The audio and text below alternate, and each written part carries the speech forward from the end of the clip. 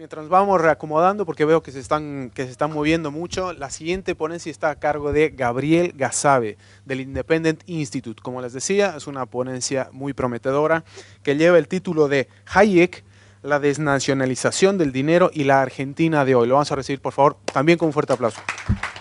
Bienvenido. Buenas tardes, gracias por acompañarme en este ratito. A veces en la vida personal, en la vida de todos los días, cuando alguien le da la opinión, alguien externo, ajeno a uno, un terapeuta, un amigo, un consejero, sobre lo que a uno le pasa, uno ve las cosas distintas que estando inmerso en su problema o en su situación. Y a veces en el contexto económico ocurre lo mismo.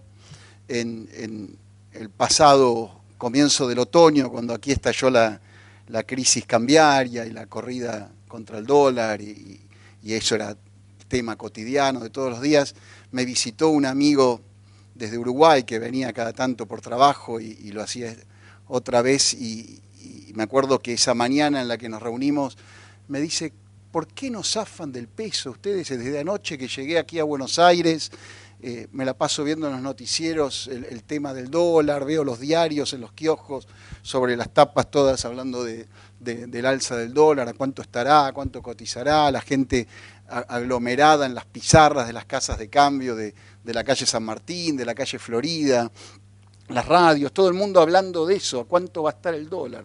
Entonces ahí me acordé de uno de los libros que yo siempre les doy a leer a mis alumnos en la universidad, que junto con El misterio de los bancos de Murray Rothbard, La virtud del egoísmo de Ayn Rand y La ley de Federico Bastiat, era La desnacionalización del dinero de Friedrich von Hayek.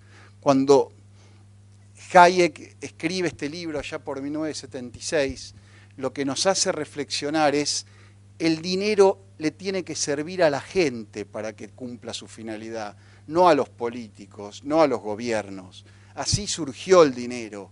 El dinero surgió en algún momento histórico cuando las comarcas, cuando las pequeñas poblaciones comenzaban a crecer, el comercio a intensificarse, y había que zafar del problema del trueque porque se paralizaban las transacciones. Entonces, de a poco la gente espontáneamente, voluntariamente, comenzaba a elegir mercancías, bienes que comercializaban a diario, por los que tenían aprecio y estaban familiarizados y podían estoquearlos y no eran perecederos, para poder hacer sus transacciones. Así surgió el dinero. El dinero surgió como un servicio.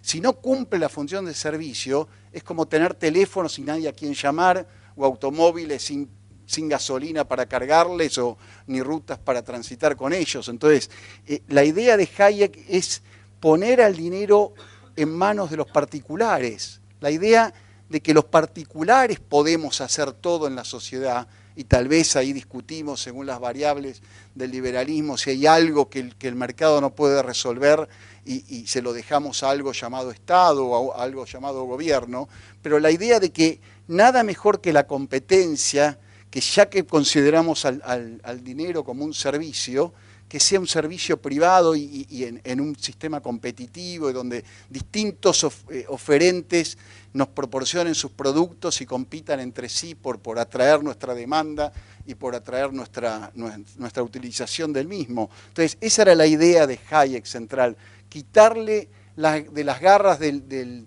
Estado el manejo de nuestra moneda. Históricamente, cuando comenzaron las primeras monedas, eran orfebres privados, acuñadores privados. En algún momento algún señor feudal, algún príncipe, algún rey habrá dicho: lo del dinero es algo muy importante, o le dijo a la población, al populacho: lo del dinero es algo muy importante para dejarlo en manos de inescrupulosos particulares. Lo que habrán dicho es: si puede currar un privado, tratemos de tener la manija nosotros. Y ahí estatizaron la acuñación del dinero. Aparece el monopolio de la acuñación del dinero en algún momento de nuestra historia de la sociedad. Y como la gente puede ser loca, tonta y perezosa, pero no come vidrio después de cierto tiempo, también tuvieron que sumar otra regulación, el curso forzoso. Es decir, tomaron el monopolio para sí los gobiernos y la impusieron por ley. Piensen ustedes que siempre, como dicen las comadres de pueblo, las regulaciones son como las ratas o las cucarachas, nunca vienen solas. Si aparece una, quédense un ratito, va a aparecer otra rata u otra cucaracha. Bueno, con las regulaciones, como generan problemas en la economía, distorsiones, siempre se necesita una más para poder enmendar los daños que causó la anterior. Entonces, en el caso de la moneda, al curso forzoso, perdón, al monopolio oficial hubo que sumarle el curso forzoso. Después vino el proceso posterior de convencernos de que era muy engorroso andar con monedas de oro y plata que nos rompían los bolsillos de las camperas, y apareció el papel moneda. Apareció también el tema de la reserva fraccional o del encaje fraccional, que se legitimizó en las Cortes de los Estados Unidos a fines del siglo XIX. Es decir, en un momento existían bancos de créditos y bancos de depósitos.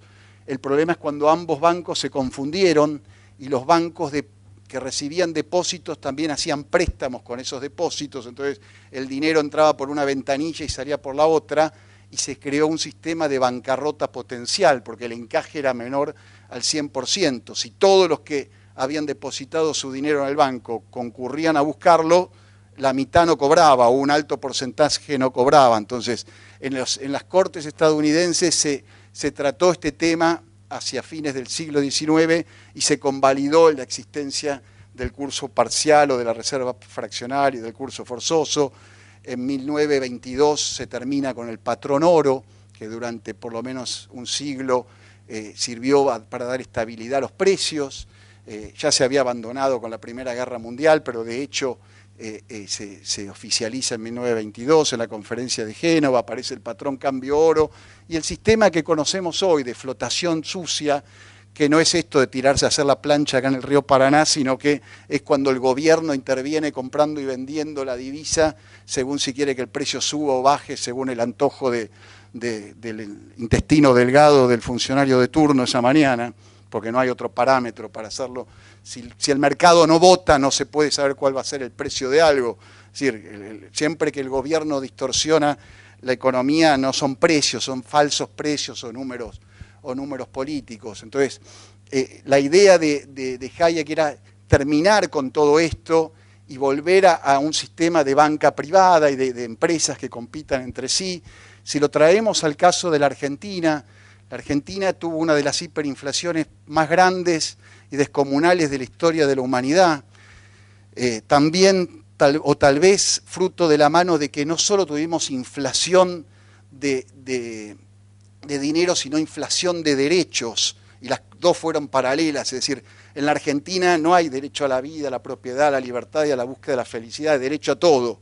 Digamos, un papel en blanco con una lapicera y los energúmenos levantando la mano en el Parlamento generan derechos a troche y moche, y cada vez que existió un problema en esta sociedad se estableció un ministerio o una secretaría que te llevaba el nombre del problema, y al único que le resolvía el problema era a los parásitos que trabajan ahí adentro, porque a los que están afuera la vida se nos sigue jorobando igual.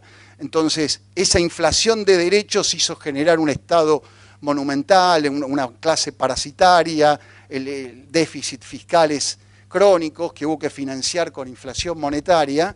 Y bueno, la Argentina es un país donde no hemos tenido moneda y la gente no confía en la moneda, y como este amigo uruguayo lo observaba, ustedes piensan todo en dólares. Entonces, ¿por qué no dejar a la gente el dólar? Es decir, necesitamos ni siquiera entrar en competencia de moneda. Hayek decía, una manera drástica y espectacular de eliminar la inflación en una sociedad es quitarle el curso forzoso a la moneda. Si al peso argentino no tuviera curso forzoso, no serviría ni para papel toilette, serviría para romperlo en picadito el 31 de diciembre cuando la gente festeja que cambia el año, nada más. Nadie lo usaría. La gente lo usa porque está compelida a usarlo, porque los impuestos, las tasas, las contribuciones hay que abonarlos en esa moneda, porque a los empleados se les paga en esa moneda, porque tiene fuerza cancelatoria de las deudas. Entonces, con eliminar el curso forzoso de la moneda terminamos con el problema de la inflación abruptamente. La gente utiliza cualquier cosa. Utilizaría el dólar en este país hasta que analicemos y nos pongamos a meditar diciendo, bueno, es un papelito de otro color, con otros próceres, con otras figuras, pero no deja de ser respaldo en aire, porque ya desde la canallada que hizo Nixon en el acuerdo smithsoniano en el año 71, ya el dólar tampoco tiene una relación, un correlato fijo con con el oro, así que hasta ese momento determinadas onzas de oro respaldaban $1. Hoy día lo respalda el aire o la confianza en que la gente puede tener. La aparición de las criptomonedas, del blockchain, de monedas privadas, aunque sean circuitos más clandestinos o subterráneos, para hacer transacciones por hora limitadas, abre una expectativa a esto, porque cumpliría las funciones de las monedas. Algunos he escuchado que niegan que el Bitcoin sea moneda porque no se le aplicaría el teorema de la regresión monetaria de Mises. Es decir, es largo esto de explicar, pero Ludwig von Mises decía que el valor del dinero es retrotraer al uso no monetario de ese dinero en algún momento histórico, y el Bitcoin no tendría, no caería dentro de la aplicación de la regresión monetaria. Pero es algo que sirve de unidad de cuenta, reserva de valor, para cancelar deudas, para realizar transacciones. Mucha gente, tal vez las generaciones más nuevas estarían más habituadas. Conozco gente que todavía no se acostumbra ni a escuchar música en streaming o a tener en archivos digitales la música o los videos. Quiere tocar el CD, hoy día se está poniendo de moda el vinilo para cierta gente. Entonces, es difícil para alguien explicarle que es una moneda que no puede estoquear, que está en ceros y unos, en numeritos, en bytes. Entonces, esa sería una manera, digamos, de poder zafar de las garras del Estado, que es lo que a los liberales nos preocupa y nos consume la vida. Cuando uno se hace liberal, un poco se joroba la existencia porque va a contramano de todos. Y no solo tiene que escapar de la suegra, de la familia y de los amigos intrusos, sino que de la sociedad en todo momento choca contra lo que uno piensa. Entonces, reconozco que es difícil y desgraciadamente una política de dolarización o una política de apertura en cuanto a la moneda solamente se da en circunstancias de crisis, ¿no? Cuando uno ve un auto estrolado contra un árbol al ingreso de una ruta, ahí quita el pie del acelerador. Cuando uno está desesperado y con una enfermedad que nadie se la cura, va a alguien que le imponga las manos, ¿no? Que no es los que aparecen en Tinder, sino los que ofrecen servicio de curandería.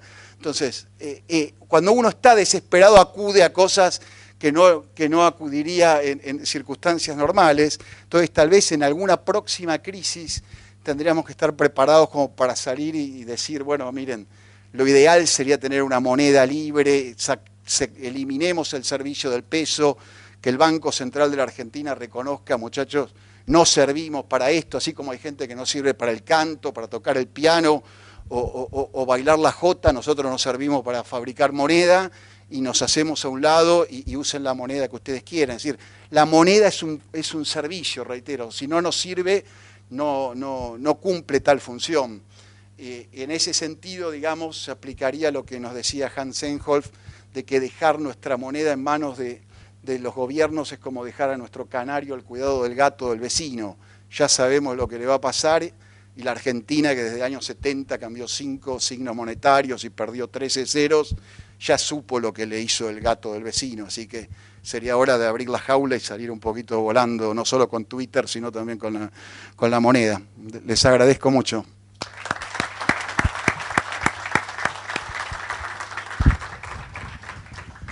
Muchas gracias, Gabriel, también impecable con el tiempo. Ahora, justamente por eso, y me imagino, no dudo que van a haber muchas preguntas.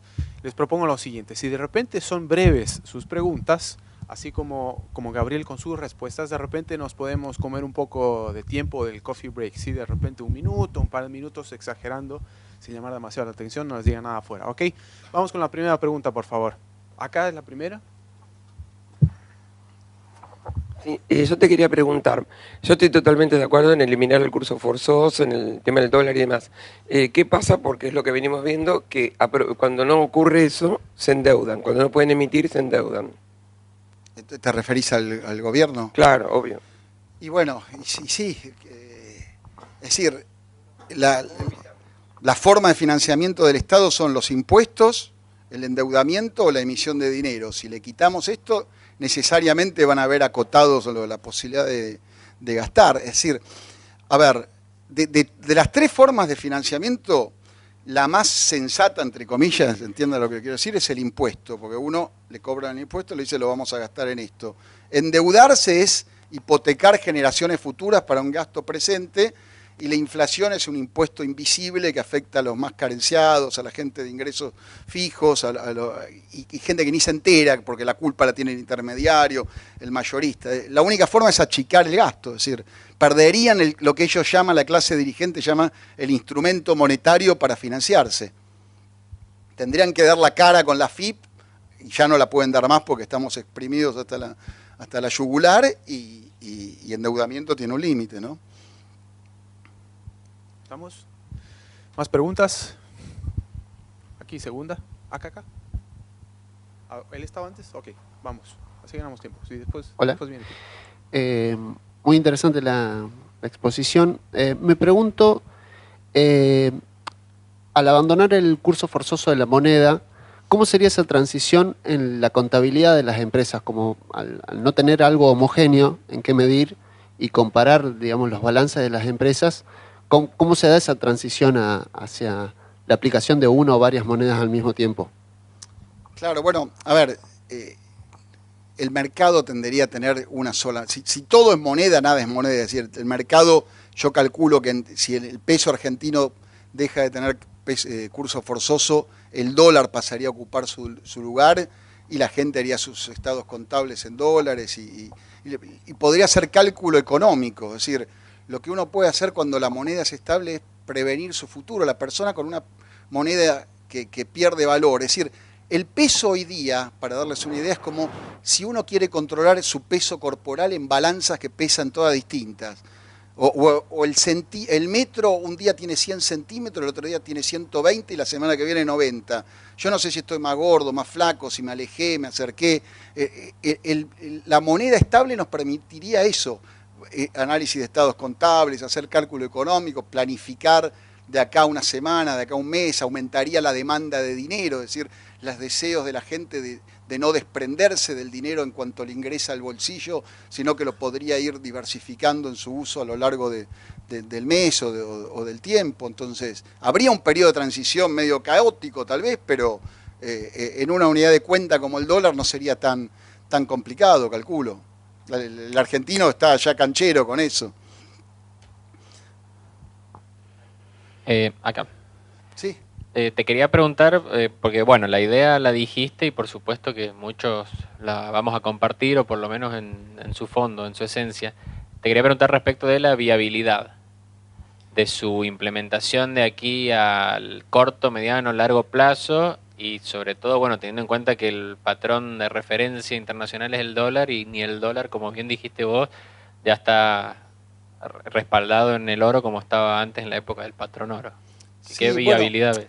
A ver, una cosa es que algo sea positivo para nosotros y que nosotros convengamos que sería ideal, y otra cosa es que sea políticamente viable o políticamente posible. Hoy día, desgraciadamente, creo que no.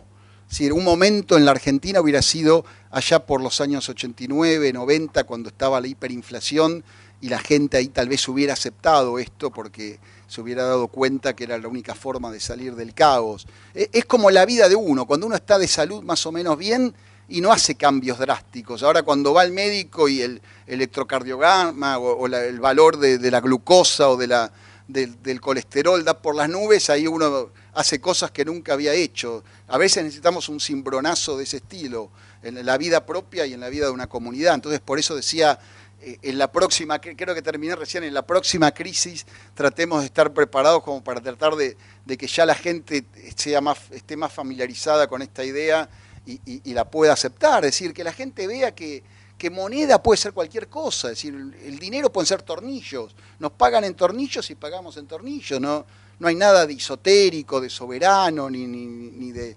suprarracional en esto. Es simplemente algo que nos sirve, como un teléfono, como un auto. Si no sirve, pasemos otra cosa. Entonces, yo creo que se necesita, desgraciadamente, una situación extrema, más aún de la que se vivió aquí en las semanas pasadas. Sí, bueno, primero felicitaciones, Gabriel, y excelente que nos traigas este tema de Hayek. Mi pregunta tiene que ver con el primer paso en este paso a la dolarización. ¿Alcanza con eliminar el curso forzoso y que compita el dólar con el peso? ¿O el primer paso debería ser que el Banco Central cierre y cambiar todo el circulante por dólares y que a partir de ese momento la gente elija entre el dólar, el euro, el oro, el bitcoin o cualquier moneda que haya en el mercado? Claro, bueno, a ver, son como situaciones distintas. Tal vez que el gobierno decida dolarizar va a ser más difícil. Aquí tenemos amigos de Ecuador que pueden explicar lo que pasó allá por el 99, cuando Ecuador dolarizó y cuál fue, digamos, el punto culminante que determinó que el gobierno de Mahuat en aquel entonces eligiera la dolarización. Una cosa es que el gobierno diga, pero yo lo veo muy difícil, porque no, hoy, como está el contexto hoy día, no va a haber un consenso político, ni va a pasar por ninguna Cámara de Diputados, ni de senadores con las composiciones actuales. Es decir, que el gobierno se anime a decir, vamos a eliminar el peso y vamos a canjear las existencias de pesos por dólar al tipo de cambio de esta mañana, y se retira el peso del mercado, lo veo más difícil que en algún momento le den posibilidad al dólar de poder tener fuerza cancelatoria, que sirva para las transacciones, como en algún momento sirvió parcialmente durante la convertibilidad, pero de una manera más drástica, es decir, quitarle directamente curso forzoso al peso. Pero todo depende de la opinión pública, es decir, la gente. Fíjate acá que en la Argentina se cerró hace 10 años, en el 2008, las AFJP, las aseguradoras de retiro privado, y se le expolió de la noche a la mañana a la gente los ahorros que había durante una década, desde el año 94 que existía el sistema, y yo no vi manifestaciones en las rutas, en las plazas públicas, en las asambleas. Entonces, en esos casos fuimos muy pasivos, muy mansos. Entonces, no veo a la gente presionando por dejen el dólar como moneda, salvo que se genere otra crisis como aquella y haya alguien dentro del gobierno de turno en ese momento que diga, miren, esta es la única que nos queda, si no, nos vamos al sótano, ¿no? Pero es difícil, yo reconozco que es difícil, pero por eso aquí estamos en un marco académico donde podemos hablar estas cosas. Es decir, si me pongo a hablar de esto en un café de cualquier barrio, viene la ambulancia y me retira medicado. Es decir, te van a decir, antes que se ponga violento, llevémoslo ahora. Pero sí, lo veo difícil políticamente, salvo que haya una crisis extrema y la gente se dé cuenta que tener pesos o cobrar en pesos como tener cubito de hielo en la terraza una tarde de febrero al sol, ¿no? Bueno, ahora cortamos. Hemos agotado el tiempo, así que nuevamente gracias, Gabriel.